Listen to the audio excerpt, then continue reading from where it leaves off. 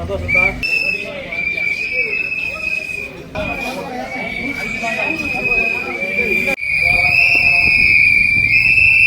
இன்னைக்கு சிவகங்கை 21வது வார்டில் தமிழக வெற்றி கழகத்தின் சின்னமான விஷில் சின்னத்தை இல்லந்தோறும் விஷில் அப்படிங்கிற முறையில் நாங்கள் கட்சியினுடைய நிர்வாகிகள் அனைவரோட இல்லந்தோறும் சென்று விஷில் சின்னத்தை மக்களிடையே பரப்புரை செஞ்சு மக்கள்கிட்ட விழிப்புணர்வு ஏற்படுத்தணும். மக்கள்கிட்ட நல்ல வரவேற்பு இருக்குது.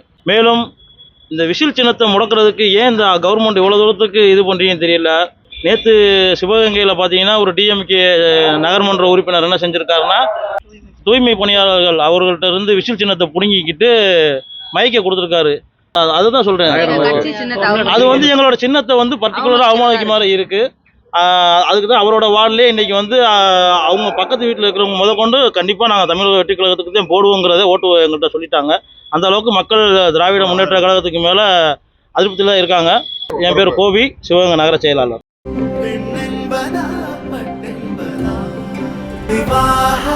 மணப்பெண்ணின் பிரத்யேகமான திருமணம் விவாஹா தி சென்னை சில்க்ஸ்.